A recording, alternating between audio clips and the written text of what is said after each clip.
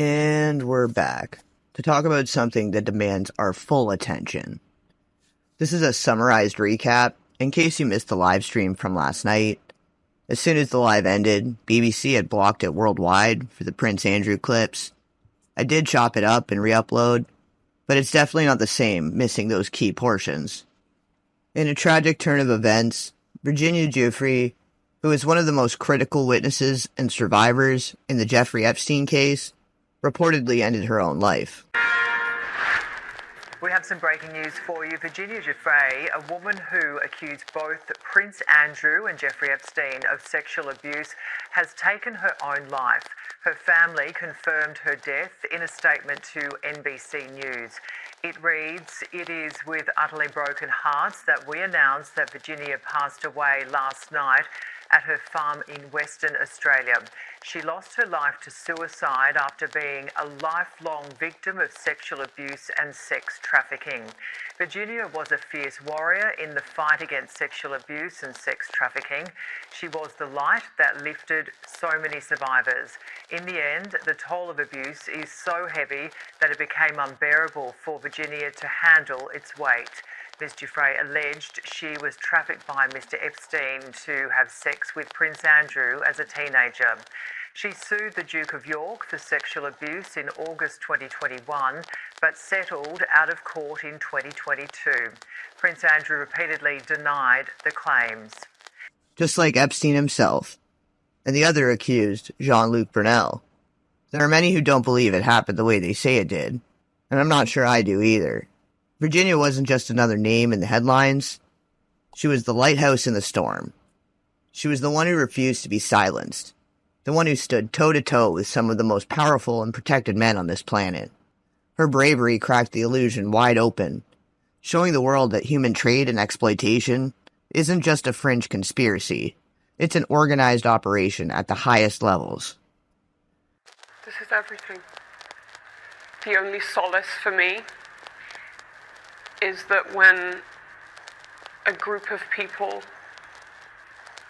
who've experienced trauma of this kind come together united against a common enemy, there's a very special bond between us all.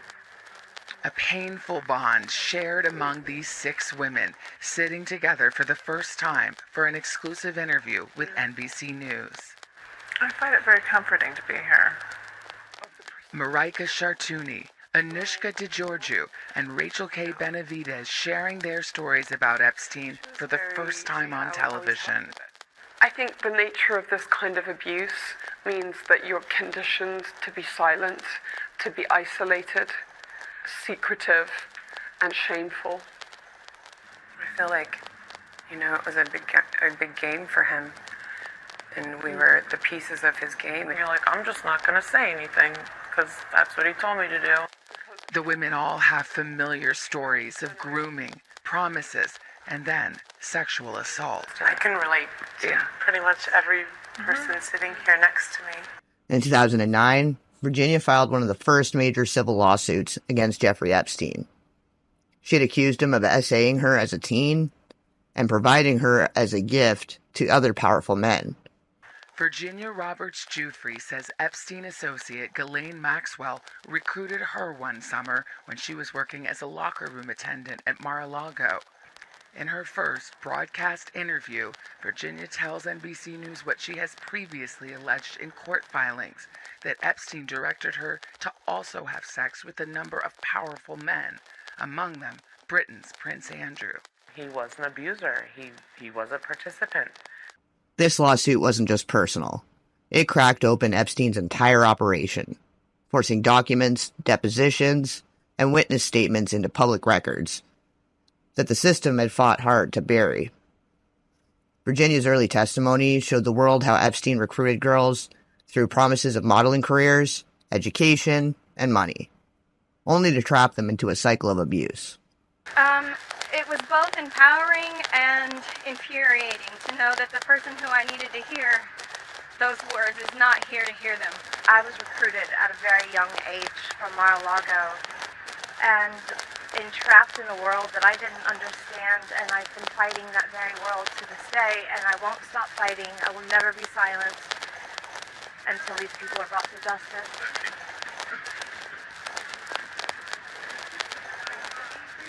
Jeffrey Epstein's death, whether it was a suicide or murder, does not end the case. Does not end their fight for justice. It does not end their feeling that they were manipulated and victimized and that they were child. In 2015, Virginia filed a defamation suit against Ghislaine Maxwell after she'd publicly called Virginia a liar. This lawsuit was a major turning point. Because of Virginia's legal pressure, evidence that had been sealed for years finally started to trickle out. Court documents revealed lists of high-profile names connected to Epstein's circle, flight logs showing VIP passengers on the Lolita Express, photos of Virginia with Prince Andrew and other elites. In 2021, Ghislaine Maxwell was finally convicted on 5 counts, including child trade and exploitation. Virginia says she was 17 when this photo was taken with the prince in Maxwell's London townhome, next to the bathroom where she says he sexually abused her. What happened? The first time in London, I was so young. Ghislaine woke me up in the morning and said, "You're going to meet a prince today." I didn't know at that point that I was going to be trafficked to that prince. And then that night, Prince Andrew came to her house in London, and we went out to Club Tramp. Prince Andrew got me alcohol. It was in the VIP section. I'm pretty sure it was vodka. Prince Andrew was like, "Let's dance together," and I was like, "Okay," and we leave Club Tramp, and I hop in the car with Ghislaine and Jeffrey, and Ghislaine said he's coming back to the house, and I want you to do for him what you do for Epstein. I couldn't believe it. Virginia says the abuse moved from the bathroom to a bedroom. He wasn't rude or anything about it. He said, thank you, and some kind of soft sentiments like that, and left. I just couldn't believe it. I couldn't believe that even royalty were involved. She says Prince Andrew abused her 2 more times, once in New York in Epstein's mansion, and again at his Virgin Islands estate. Prince Andrew, of course, denies that this ever happened. He denies that it ever happened, and he's going to keep denying that it ever happened. But he knows the truth, and I know the truth. What do you say if people think this is about money for you, that you're trying to get money and have gotten money? Well, unfortunately, there's this horrible law called statute of limitations. My lawyer said the way to get Ghislaine Maxwell held accountable, the way to get Jeffrey Epstein held accountable, is through them saying I'm a liar, which I'm not. So it's called a defamation suit. Without Virginia's courage and relentless fight, Maxwell might never have faced justice at all. What does justice look like to you now? Justice now is holding accountable the perpetrators that helped him and participated with him, and encouraging more people to come forward so we can try to put this puzzle together and understand how it happened. How did this happen for so long? How did he get away with it? I believe that he was murdered. Well, I was shocked. And I wondered how it had happened. Because, as far as I was concerned, I was sure he was going to appeal. And I was sure that he was covered under the non-prosecution agreement. But I wasn't in the indictment. So I wasn't mentioned. I wasn't even one of the co-conspirators. I obviously wish I'd never met him. Looking back now, I probably wish I had stayed in England. But leaving that aside, I tried to leave and start a new job and move on from the end of '98 99. So I wish that I had been more successful at moving on. Because I became a banker, so I should have, moved on completely. At the time, I wouldn't have had a problem introducing people to my friends to him because I didn't know that he was so awful. I mean, obviously now, looking back with hindsight, of course, but at the time, I mean, he had lots of friends. I mean, he was friendly with just about everybody you can imagine. There was no reason to imagine that he was someone of interest to people. A message to other possible victims of Epstein still waiting in the shadows. Jeffrey thought that we were disposable and he threw us all away. And look who's still standing. In 2021, Virginia had filed a civil lawsuit against Prince Andrew, Duke of York. She alleged that when she was just 17, she was given to Andrew by Epstein and Ghislaine. Like all others she's named, Prince Andrew has denied the allegations. Buckingham Palace telling NBC News in a statement, "It is emphatically denied that the Duke of York had any form of sexual contact or relationship with Virginia Roberts. Any claim to the contrary is false and without foundation." Just aired an explosive interview with Prince Andrew's accuser, Virginia Giuffre. Now, here with all the details is New Idea Royals commentator Angela Mollard. Hi. Angela, good morning to you. Now, this tell-all was shot before Prince Andrew's infamous interview. That's important to know. And Virginia wasn't shy on details about her first night with Prince Andrew. Let's take a look now. It's complete opposite of what he's claiming. I mean, she's very credible. She's very detailed in it. She says that after that night they go back to Ghislaine Maxwell's house, Jeffrey Epstein's girlfriend slash madam, and that at that place they go upstairs, they have a bath, they go on to have very short-lived sex. He says thank you afterwards and leaves. So she doesn't feel at any time that she's embellishing it. She's very quiet and she talks through it in detail. But as I say, she comes across very credibly. Now, Virginia claims she was forced to sleep with Prince Andrew 3 times and revealed startling details of her alleged second encounter with the Duke of York. Have a listen. As you say, quite specific. This seems quite careless. I mean, could be accused of many, many things, but at the very least, quite careless. Quite careless to talk around someone that you've only just met, about your ex-wife, these sorts of details. And of course, living in London through the 90s, everyone was bringing newspapers to the story that to the newspaper I was working with. So if he talked about Fergie, this woman could, so really poor lack of judgment at the very least from Andrew. But what I really thought about Virginia throughout this interview is that the anecdotes were so specific. They were very particular in their details. They didn't feel contrived or made up. They felt like, I have to say, that they were true. She mentions that infamous photo which seemingly proved that they were together. And first, let's remind ourselves of what Prince Andrew said of...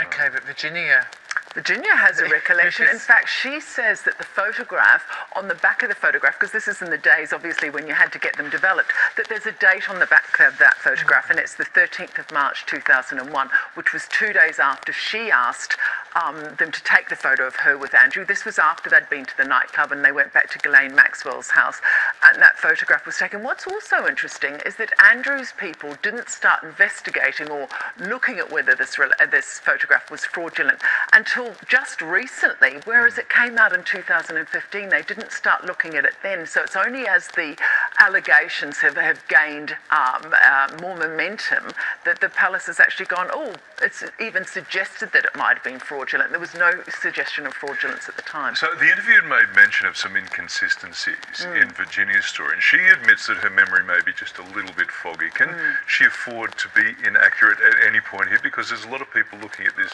and digging very deep. Look, I actually thought it was more credible that she did say that that there were inconsistencies, that she's trying to remember, because it is a long time ago. What was interesting about the show is that there was another woman speaking on it who corroborated a lot of the things that she was saying, that the stories rang true when you place them against each other. And this is, of course, what's happening with the investigation in America, is that they've got multiple girls giving similar information, which is what led to Epstein being in prison in the first place. Now, that doesn't mean that Andrew is guilty at this stage, obviously, but there was enough evidence there to corroborate the story against Epstein, and hence why he was waiting trial on that. So, look, I think what's really interesting also is there's a interchange. The night that Virginia speaks to the Mail on Sunday back in 2015, there's an email at 5:50 a.m. between Prince Andrew to Ghislaine Maxwell saying they need to talk about Virginia Roberts. Now, that's not come out before. Panorama, the program, has gone through all the paperwork, found this email. Now, to me, that email needs further discussion. What happened after that? There's so many questions unanswered, but it's just going to rumble. What happens next, I think, is critical. Well, Virginia, is calling on the British public to support her. Let's take a look at what she said. Royalty. And what happens here? What does the palace do with all of this? Do they respond? Do we hear from them on it? Well, who knows? Look, Andrew's given 2 statements already. He's given the interview. None of that has done him any favours. I mean, if you were the Queen right now, I'd be, as his mother, calling him in and going, I need to know the honest truth here. There's just so many inconsistencies. And what does happen next? There's a lot of talk about the fact that Ghislaine Maxwell, the woman that was working in cahoots with Epstein and was his girlfriend and was the one that was procuring these girls. And this is what's really interesting about Virginia Giuffre, is that she was a very vulnerable, sexually abused as a child, young girl. They latched on, as she tells it, they latched onto her vulnerability. And Epstein was procuring girls from schools and things like that. So look, it's a really grubby, really dirty story. It's not going to go away. Look, there's some suggestion that if Andrew steps foot in America, he would be subpoenaed, because 5 girls there have in their witness statements insisted that he be subpoenaed. So interesting to see what he does next. Just to point out to everybody at home as well, this is the BBC Panorama show, which is highly credible and is in fact the show that Princess Diana chose to speak to when she made that infamous "there are 3 people in this marriage" Absolutely. comment. That was the Panorama show. It's a very celebrated, credible show. And look, I'll tell you about this. One thing about this show, it's not just sticking a microphone in front of a girl. What they've done is they've forensically gone and looked at the evidence around this. They've cut and spliced vision of Epstein and things he said. Look, it's a very convincing, it lands very convincingly on the side of Virginia from my perspective. All right, Ange, thank you very much. She describes being forced into explicit encounters with the prince at multiple locations, including Ghislaine Maxwell's London townhouse, Epstein's New York mansion, and Little St. James, Epstein's private island. Virginia's account wasn't vague. It was clear, chilling, and consistent. From her handwritten notes in the early 2000s, long before the media cared, to her later court filings. In response, Prince Andrew went into full damage control, first denying he even knew her, then infamously claiming he couldn't sweat due to a war injury, a statement that only fueled public outrage. The Monday morning headlines say it all. Prince Andrew's attempt to explain his friendship with accused sex trafficker Jeffrey Epstein backfiring. You've been on his private plane. Yes. You've been to stay on his private island. Yes. You've stayed at his home in Palm Beach. Yes. The Duke of York generating a new wave of questions in what has become a sea of speculation surrounding his ties to Epstein. Prince Andrew denied he ever saw his former friend with underage girls in a pointed and detailed interview with the BBC. Do I regret the fact that he has quite obviously conducted himself in a manner unbecoming? Yes. Unbecoming? He was a sex offender. Yeah, I'm sorry, I'm being polite, in the sense that he was a sex offender. Queen Elizabeth's son, who is 8th in line to the throne, was specifically asked about his 2010 visit to Epstein's Manhattan mansion, after the financier pleaded guilty to soliciting minors for prostitution. Now, I went there with the sole purpose of saying to him that because he had been convicted, it was inappropriate for us to be seen together. Despite ending their friendship, Prince Andrew admitted he stayed with Epstein for 4 days. He was staying at the house of a convicted sex offender. It was a convenient place to stay. Prince Andrew linked to Epstein in a 2015 defamation lawsuit against Ghislaine Maxwell, Epstein's one-time girlfriend. The lawsuit was filed by Virginia Roberts Giuffre, who, according to court filings, alleges Epstein directed her to have sex with the royal on 3 separate occasions when she was a minor. Giuffre speaking exclusively to Savannah. Prince Andrew, of course, denies that this ever happened. He denies that it ever happened, and he's going to keep denying that it ever happened. But he knows the truth, and I know the truth. Echoing his repeated denials of the allegations, Prince Andrew says he has no recollection of even meeting Giuffre. I can absolutely categorically tell you it never happened. Giuffre claimed one of the alleged sexual encounters happened in March 2001, after dancing with the prince at a London nightclub. She was very specific about that night. She described dancing with you and you profusely sweating, and that she went on to have bath, possibly. There's a slight problem with the sweating, because I have a peculiar medical condition, which is that I don't sweat. Prince Andrew, who served in the Royal Navy, says he developed the rare medical condition during his combat tour in the Falklands War. The royal also casting doubt on the authenticity of this photo, appearing to show him with Giuffre when she says she was just 17. That's me, but whether that's my hand or whether that's the position, I have simply no recollection of a photograph ever being taken. I'm not one to, as it were, hug, and public displays of affection are not something that I do. The prince provided this explanation for where he was that night. Regarding his 2010 visit to Epstein's Manhattan mansion, Prince Andrew did acknowledge he let down the royal family, saying he kicks himself on a daily basis. As for Giuffre, she and her attorneys have not responded to our multiple requests for comment. Wow. That was such an eyebrow-raising interview. The royal family, are they saying anything about?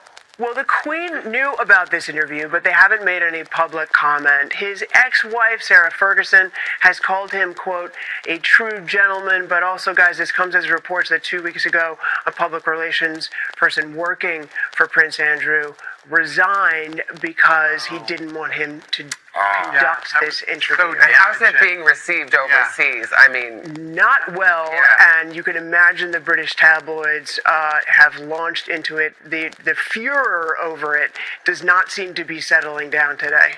Some of these explanations, like saying, he went to Epstein's house to say we can't be friends, but then stayed there for 4 days.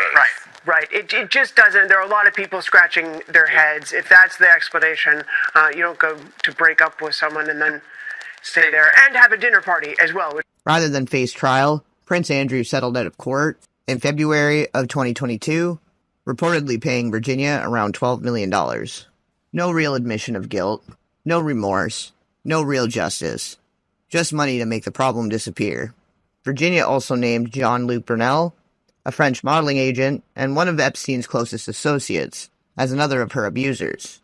She testified that Brunel used his modeling agency as a front to recruit young girls, often from dysfunctional homes, often vulnerable, and funneled them into Epstein's trade and exploitation network. Virginia's allegations were echoed by dozens of other women, many of whom said Brunel promised them modeling contracts in America, only to trap them in Epstein's world of exploitation. It was in 2020 that Brunel was arrested in France and charged with harm and trespasses against minors. But just like Epstein, Before he could ever face a full trial, he was found dead in his prison cell in 2022. The cameras just happened to malfunction that night, too. All right, let's get to some breaking news out of France, everybody. The Paris prosecutor's office has confirmed to NBC News that a former modeling agent linked to Jeffrey Epstein was found dead in his prison cell this morning. The office says that it appeared Jean-Luc Brunel, quote, died by suicide because he was discovered dead from hanging himself with his sheets. NBC's Raf Sanchez is joining us. This is astounding to hear, Raf, this breaking news, especially considering the fact that he died exactly the same way Jeffrey Epstein did as well, and also that he wasn't necessarily on suicide watch facing these charges. Talk to us about what more we know and his association with Epstein. Yasmin, these parallels are so striking.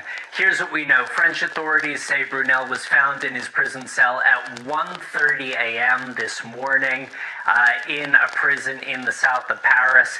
He was being held in pre-trial detention. He had been charged in France with raping a minor, but he was actually also being investigated for trafficking women to the United States for Epstein to abuse. Now, his lawyers have put out a statement saying he fought for his innocence to the end. I'm going to read that to you. It says, his distress was that of a 75-year-old man caught up in a media judicial system that we should be questioning. Jean-Luc Brunel never stopped claiming his innocence and had made many efforts to prove it. His decision was not driven by guilt, but by a deep sense of injustice. Now, Yasmin, he was a longtime friend of Epstein's. These two men knew each other for decades. They traveled together frequently. There are a lot of pictures of Brunel on Epstein's private plane. Epstein actually helped him set up that modeling agency in the United States, but they fell out when Epstein fell from grace, and Brunel actually ended up suing Epstein at one point, saying his association with him was damaging his modeling agency's business prospects. But one of the things that's so striking here is, as you said, Epstein has been dead for 3 years, but the fallout from his abuse just continues to reverberate and reverberate. Just this week, you'll remember Prince Andrew here in Britain settled that abuse case with Virginia Giuffre, a victim of Jeffrey Epstein's, who said that the prince abused her. Ghislaine Maxwell, of course, back in December, convicted of sex trafficking, of bringing young women to Epstein. So this really continues to echo. Yes. Virginia's death now joins a disturbing pattern. Jeffrey Epstein, who was found dead in a maximum security cell in 2019, reportedly self-inflicted, despite multiple broken bones in his neck, consistent with strangulation, and not hanging. Jean-Luc Brunel, found dead in prison before trial, also ruled self-inflicted. Stephen Hoffenberg, Epstein's former mentor and co-conspirator in financial crimes, found dead in his apartment under questionable circumstances in 2022. And Mark Middleton, a Clinton insider who signed Epstein into the White House multiple times, found dead by a firearm and a cord around his neck, and ruled to be self-inflicted, but no weapon was found near his body. And yet, the real architects of this machine, the ones who funded it, protected it, and profited from it, or were just the customers, continue to walk free. The justice system wasn't built to catch them. It was built to protect them. And Virginia knew that. And still, she fought anyway. Many of the articles have used the term underage women to describe Epstein's victims, but our next guest was only 16 years old at the time of being trafficked. And she is speaking out after a lot of developments in this story. Please welcome Virginia Giuffre. Virginia, thank you so much for joining. I've seen your face in different interviews and in different magazines, and here you are. You're still standing. Can you believe it after everything you've been through? I'm just elated that Jeffrey Epstein has been incarcerated and is no longer with us, and Maxwell is behind bars. asked me this if I thought this was happening 10 years ago, I would have said no, no way. But I think people are starting to wake up and realize trafficking is a huge issue. So I am elated beyond belief. I mean, I cried tears of joy when Ghislaine Maxwell and Jeffrey was arrested. So I was wondering that because, there was such a long time that went between when Jeffrey Epstein was found. An official report is that he committed suicide while behind bars. And there were all these stories swirling as to whether or not this woman who was as an alleged accomplice, Ghislaine Maxwell, if she would too be arrested. And there was a big length of time before she eventually was. But that's not a sense of relief for you. And I'm kind of going on a tangent here, but last night thinking of you, I got in the car and I drove by Jeffrey Epstein's former billion-dollar mansion because I needed to see visually this home in the middle of New York City, a billionaire's palace, and people claim they didn't know what was going on. You could not be a stranger and walk into Jeffrey's house, whether that be IT or a cleaner or anything, without knowing that what was taking place there. So, yeah, I mean, all these degrading and horrible things that happened there, we're still waiting on people to come forward and say, this is what was happening there, and we need more people to come forward and tell us they're part of the puzzle that fits in. But yeah, it's a scary place. It wasn't just like a normal apartment where you could open the door and walk out. I mean, you have to go through levels and levels and levels of this house to get to the massage therapy room. Once you're there, there's no getting out. And you've got the islands. That's impossible to get out of New Mexico, so on and so forth. Yeah, he made it that way. So you felt really small, and you felt like you couldn't get out. It was a very, very scary place to tell. Well, I know that you have so much to share, and I do want to make a note to people watching.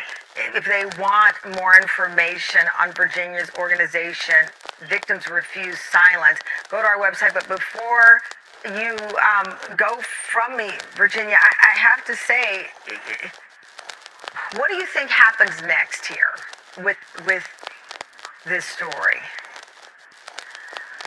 I think there's so many other amazing stories that are coming out now about a lot of the victims that have decided to come forward, and I think that's great.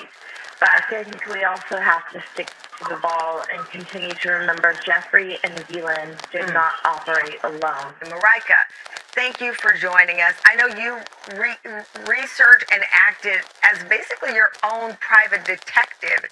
You found the woman who recruited you. Tell me about that part of your journey. Why was that important for you? I think ultimately it's just because I wanted answers. I wanted to know why, and I wanted to know motives as to why I was brought there. And you did not know this person personally. This was, again, just a stranger to you? And is that why you had to find that recruiter? No, she was a friend of mine. She was a friend at the time. She was a friend at the time. Yeah, she was a friend at the time. And you went back all that time, years later, to talk with her. Did you get the answers, the closure? I have not spoken to her. I just wanted to see who she was and just to have that closure. Just to almost put another piece to this giant puzzle. Marika, you have a bond now with Virginia, a friendship. Has that comforted you on this journey? Oh, yes, tremendously. I mean, it's been so nice to connect with all of fellow survivors because we all have that in common, and we're all there to help each other. Well, I'm happy you found each other in this journey, and I appreciate you joining us. Marika, Virginia, we'll keep in touch, and obviously every day a new headline, And my thoughts are with both of you. Yeah. So let us not forget this brave and courageous woman that stood for justice, not only for herself, but other survivors, against all odds. Let's let her legacy be remembered, and use this tragedy as fuel for the fire to ignite change. I'll be keeping up with the coverage of this and other similar upcoming cases, so make sure to like, share, and subscribe, and I'll catch you on the flip side.